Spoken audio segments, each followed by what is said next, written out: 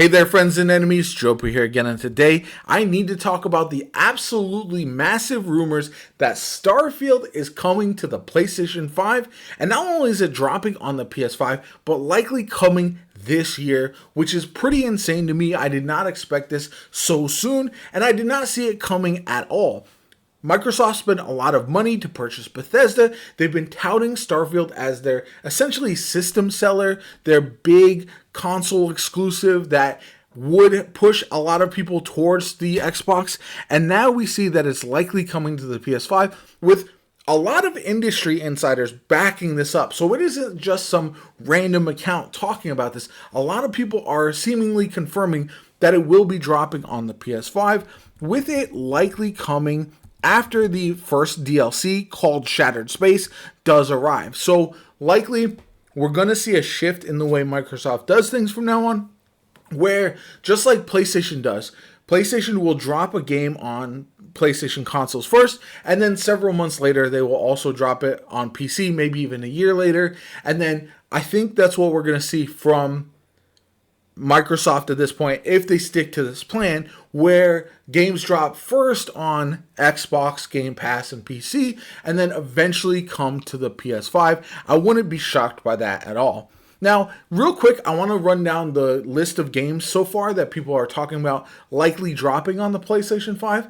We have Microsoft Flight Simulator, which is pretty wild, a Microsoft game coming to PS5, and that's kind of funny to me. We've got Sea of Thieves and Hi-Fi Rush.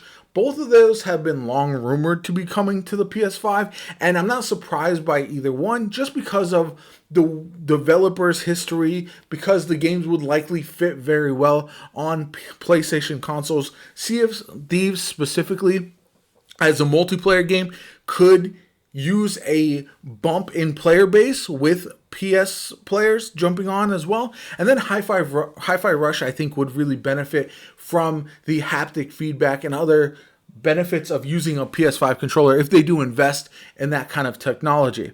Other games that are likely coming, Doom Year Zero, and one that is absolutely surprising to me that isn't even out yet, Indiana Jones. Now, this likely means that we would also see games like Blade and even potentially the next Elder Scrolls coming to the PlayStation as well, which I was not expecting. I thought Microsoft was going to stick to their exclusives. The reason they bought Activision, the reason they bought Bethesda was to enhance their exclusive list of games. The games that are going to be the system sellers, that they're going to be the God of Wars, the Horizon Zero Dawn, Ghost of Tsushima, those Bloodborne, those types of games for the Xbox. But they seem to be shifting away from that and really focusing and doubling down on not only Xbox Game Pass, but also playing your game everywhere. So I have a question on whether this is going to further decline the sales of the Xbox consoles, because the only reason to own one in the future is if you don't have a PS5 so you can have Xbox Game Pass. You're not going to be able to play a lot of big PlayStation exclusives like Final Fantasy VII Remake unless they put that onto the Xbox. You're also not going to be able to play Spider-Man and a bunch of other games. And so if these Xbox games do come to PS5 eventually, it kind of diminishes the idea that you need an Xbox console. And that's something that I think they're aware of, and I know this is intentional, this is a strategy, but I don't know how well it's going to work in the long term. Phil Spencer has said in the past that the break even of the Game Pass and the fact that selling consoles actually costs them money is requiring a rethink on how they develop games, how they share their games with the world, what consoles they put them on, all that kind of good stuff. And that leads me to believe that their focus is just going to be selling as many of these copies of games as possible. It doesn't matter when. They're essentially going to be a massive publisher who also happens to sell a game console and do Xbox Game Pass as well. So I find that to be pretty fascinating. I think in the future, people who don't have consoles at all will likely lean towards the PS5, but I don't know if that'll bother Microsoft and Xbox all that much, so long as they are continuously selling the games on the other platforms. And this is going to be the crazy thing. Jumping back to Starfield itself, I have a strong feeling that we're going to see a rejuvenation of Starfield after this DLC. Based on the lackluster feedback of the game, it was a solid game by all accounts, but not a phenomenal one that they would have hoped for. Not the successor to Skyrim, but in space, that they would have wanted and could sell everywhere and anywhere.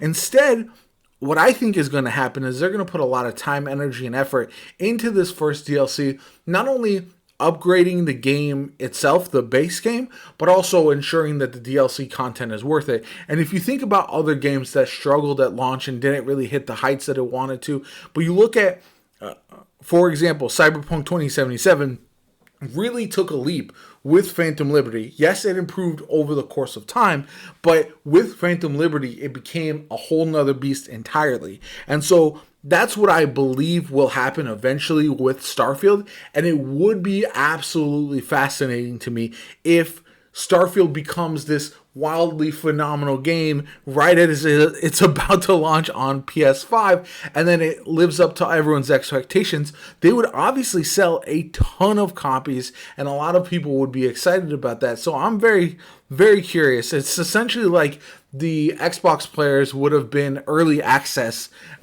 players of Starfield, which is kind of insane to think about. But in general, that's kind of the vibe that I'm getting. I know a lot of people like Starfield a lot, and if you do, then no shade. I like a lot of games that other people don't like as well. I'm just saying the general reception hasn't been as overwhelmingly positive as they would have hoped.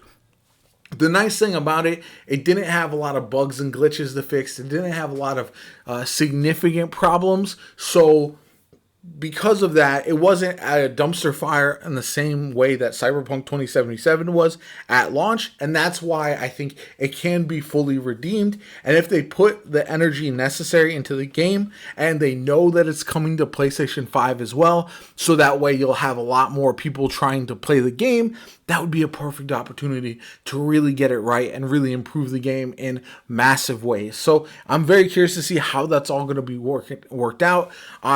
I'm pretty excited overall because I think this is a significant shift in the landscape of video games in general, and I'd be really curious to see how they do handle things going forward, if this is the strategy for the foreseeable future, because we've seen companies shift and then hit some backlash and then shift back, so there's no telling if this is going to be a long-term thing.